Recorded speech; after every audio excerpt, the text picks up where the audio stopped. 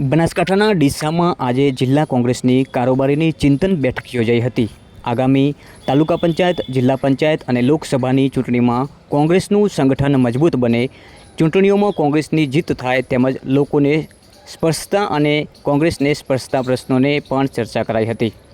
બનાસકાંઠા કોંગ્રેસે આગામી તાલુકા પંચાયત, જિલ્લા પંચાયત અને લોકસભાની ચૂંટણીઓની તૈયારીઓ શરૂ કરી દીધી છે।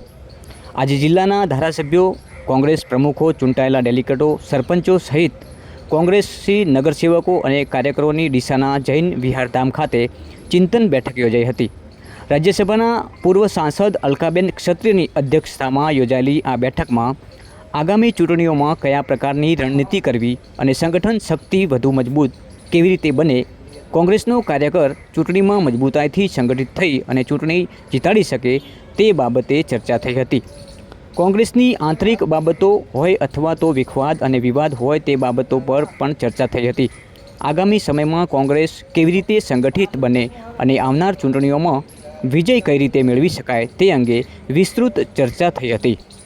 આ બેઠકમાં આ અંગે રાજ્યસભા પૂર્વ સાંસદ અલકાબેન ક્ષત્રિય અને જિલ્લા કોંગ્રેસ પ્રમુખ ભરતસિંહ વાઘેલાએ જણાવ્યું હતું કે બનાસકાંઠા જિલ્લામાં કોંગ્રેસનું સંગઠન હજુ પણ વધુ મજબૂત કેવી રીતે બને, જિલ્લા પંચાયતમાં કોંગ્રેસનું શાસન છે તો તે કેવી રીતે જળવાઈ રહે અને તાલુકા પંચાયત તેમજ લોકસભાની ચૂંટણીમાં કઈ રીતે જીત મેળવી શકાય તે અંગેની વિસ્તૃત ચર્ચા માટે આજે કાર્યકરો અને આગેવાનો સાથે ચિંતન બેઠક યોજાઈ હતી। આ બેઠકમાં બનાસકાંઠા જિલ્લાના કોંગ્રેસના અનેક આગેવાનો, ધારાસભ્યો, પૂર્વ ધારાસભ્યો, ડેલિગેટશ્રીઓ, અનેક ગામોના સરપંચશ્રીઓ, જિલ્લા પંચાયતના ડેલિગેટશ્રીઓ અને તાલુકા પંચાયતના ડેલિગેટશ્રીઓ સાથે મળી અને કોંગ્રેસના તમામ આગેવાનો, કોંગ્રેસના ગ્રામીણ વિસ્તારમાંથી કાર્યકરો ઉપસ્થિત રહ્યા હતા અને બનાસકાંઠા જિલ્લામાં કોંગ્રેસનું સંગઠન વધુ મજબૂત બનાવવા માટે ભરતસિંહ વાઘેલા કોંગ્રેસ પ્રમુખે આહવાન કર્યું હતું। તેમજ બનાસકાંઠા જિલ્લાની કોંગ્રેસની લોકસભા સીટ કોંગ્રેસ આ વખતે કબજે કરે તેવા એંધાણ પણ વર્તાઈ રહ્યા હતા। ખાસ કરીને જે પ્રકારે મોટી સંખ્યામાં કાર્યકરો ગ્રામીણ વિસ્તારમાંથી તેમજ અલગ અલગ તાલુકામાંથી ઉપસ્થિત રહ્યા તે જોઈને ચોક્કસથી લાગી રહ્યું છે કે આગામી લોકસભાની ચૂંટણી પણ કોંગ્રેસ કબજે કરે તો નવાઈ નહીં। કારણ કે ભરતસિંહ વાઘેલાએ જણાવ્યું હતું કે આ બનાસકાંઠા જિલ્લો એ કોંગ્રેસનો ગઢ છે અને આવનારા સમયમાં આ ગઢ જળવાઈ રહેશે। આજે બનાસકાંઠા જિલ્લા કોંગ્રેસની ચિંતન બેઠક છે।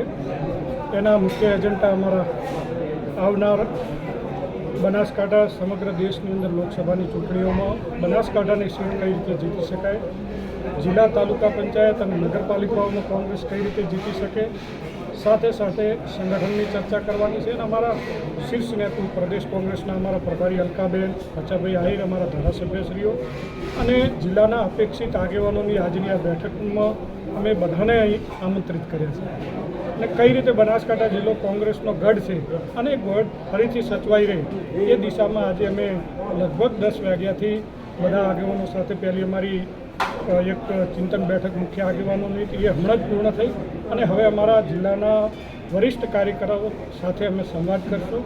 જિલ્લા તાલુકા પંચાયત સાથે લોકસભા સીટ જીતવાનો અમારો નિયમ છે। હમણાં જ આપે જોયું કે 2 પેટા ચૂંટણીઓ નગરપાલિકાની એ પણ જિલ્લાની અંદર બંને સીટ કોંગ્રેસ જીતી છે। કાર્યકર્તાઓમાં ઉત્સાહ છે, ઉમંગ છે અને કાર્યકર્તા એક સુરે સૌ એવું વ્યક્ત કરી રહ્યા છે કે બનાસકાંઠામાં જે કોઈ ઉમેદવાર આવશે લોકસભામાં એને જંગી બહુમતીથી જીતાડશું। સાથે સાથે જિલ્લા તાલુકા પંચાયતની અંદર પણ કોંગ્રેસ વધુ મજબૂત રીતે આગળ આવે એ દિશામાં પણ પ્રયત્ન કરશું અને હાથથી હાથ જોડો યાત્રાઓ બનાસકાંઠામાં ટૂંક સમયથી ચાલુ થશે માટેની આજે ઓકે લઈને ચિંતન બેઠક છે, કયા કયા મુદ્દાઓ છે અને કયા પ્રકારની સૂચનાઓ, શું રણનીતિ છે? અમારી આજની બેઠક એ ચિંતન શિબિર છે। પાર્ટી જે હોય એ હંમેશા ચિંતન કરતી રહેતી હોય છે, કારણ કે સમય, સંજોગો અને વર્તમાન પરિસ્થિતિ અનુસાર પાર્ટીએ શું કરવું જોઈએ કે જેથી સંગઠન મજબૂત બને અને પોલિટિકલ પાર્ટી છે એટલે સ્વાભાવિક રીતે ઇલેક્શનોને ફેસ કરવાના હોય છે। તો આવનારી ચૂંટણીઓના સંદર્ભમાં પણ અમે સ્વાભાવિક ચર્ચા કરીએ કે ભાઈ જિલ્લા પંચાયતની ચૂંટણી છે કે તાલુકા પંચાયતની ચૂંટણીઓ છે એમાં આપણે શું કરવું જોઈએ।